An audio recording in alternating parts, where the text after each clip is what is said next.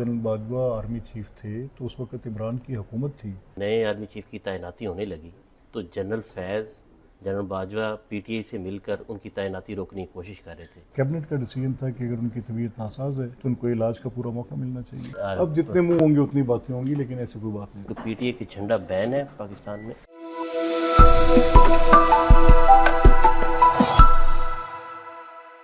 हमारे साथ एक स्पीकर पंजाब असम्बली मलिक अहमद खान हमारे साथ मौजूद है।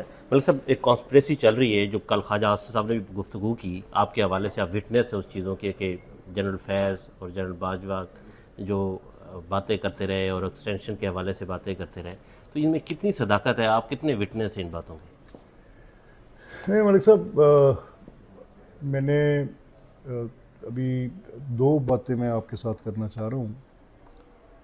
एक तो इस पे बड़ी क्लियर स्टेटेड पोजीशन थी, आप सबके इल्म में है कि आखिर जुलाई में और एंड सितंबर में, बिगनिंग सितंबर में जनरल बाजवा ने अमेरिका में एक स्टेटमेंट दी और उसमें वो उनका meet the press type programme था जिसमें उन्होंने कहा कि I have had my tenure, और अब जो इसके बाद हुकूमत जिनको नामजद करेगी, जिनको तैनात करेगी, वही होंगे। और फिर उन्होंने अपनी ये पोजीशन रीट्रेट की नेशनल डिफेंस यूनिवर्सिटी में, उसमें भी बहुत सारे मीडिया पर्सनल थे, उसमें भी ये बात की। और ख्वाजा साहब जिन बातों का जिक्र कर रहे हैं वो बातचीत ख्वाजा साहब की, मेरा ख्याल लाजमन उनको ये पहलू भी इसमें थे, साथ शामिल थे, और ख्वाजा साहब के ये पहलू भी दोनों इल्म में हैं, तीनों इल्म में हैं। और मेरा ख्याल है कि वो पूरी बात शायद वो क्योंकि टीवी प्रोग्राम में बात कर रहे थे, वो सवाल जो आपकी नोयत ऐसी थी तो इस हवाले से वो बात होगी, लेकिन बादशाह साहब की पोजीशन तो ये थी कि क्या जो भी होंगे नए होंगे। अच्छा, ये कह रहे हैं कि जब नए आर्मी चीफ की तैनाती होने लगी तो जनरल फैज़ जनरल बाजवा पीटीआई से मिलकर उनकी तैनाती रोकने की कोशिश कर रहे थे। आपको इस बात का इल्म था? नहीं, ये वो नहीं कह रही, मैंने उनके प्रोग्राम सुने। नहीं, ख्वाजा साहब ने कहा कि जनरल फैज़ पीटीआई को इस्तेमाल कर रहे थे नए आर्मी चीफ की तैनाती रोकने। नहीं, मेरे इल्म में ऐसी कोई बात नहीं, ना मैं प्रिवी टू इट, ना मेरी कभी कोई ऐसी बात नहीं। आपसे आपकी कितनी मुलाकातें हुई जनरल बाजवा के साथ?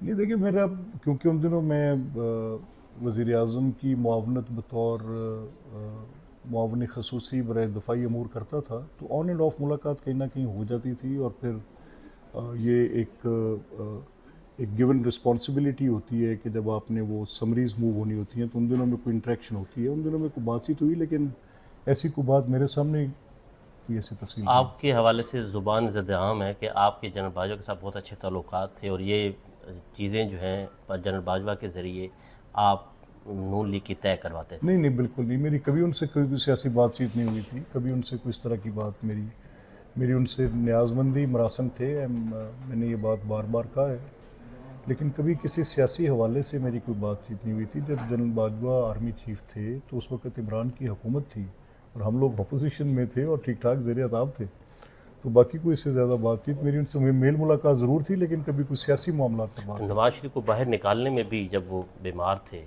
जब उनके प्लेटलेट्स कम हुए थे, तो उस वक्त भी जनरल बाजवा और जनरल फैज़ ने मामनत की।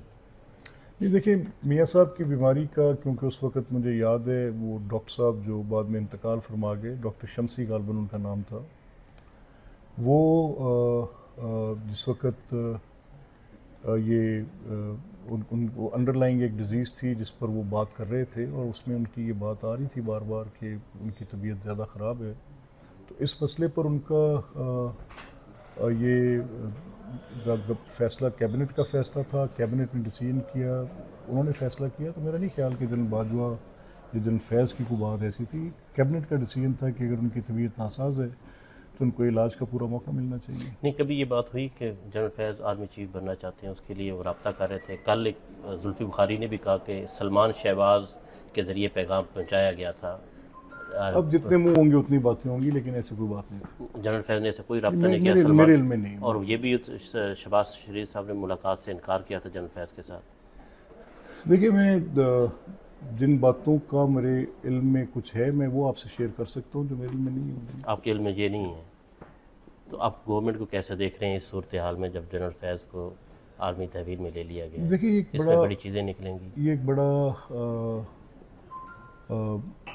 उनका एक इंस्टीट्यूशनल मामला होता है जब ये बात कोर्ट मार्शल्स की तरफ चली जाती है, और वहाँ पे मुझे यकीन है इस बात का, क्योंकि ये बड़ा डिसिप्लिन्ड अदारा है, इसमें जो चीज़ भी होगी शवाहिद के मुताबिक और तहकीक के मुताबिक होगी, तफ्तीश के मुताबिक। आखिरी सवाल आपसे, पंजाब में अपोजिशन के साथ जो कल 14 अगस्त को भी वो निकले बाहर पीटीए के झंडे लेकर, उन्हें एहतजाज करने नहीं दिया गया, इस हवाले से क्या कहेंगे कि पीटीए की झंडा बैन है पाकिस्तान में?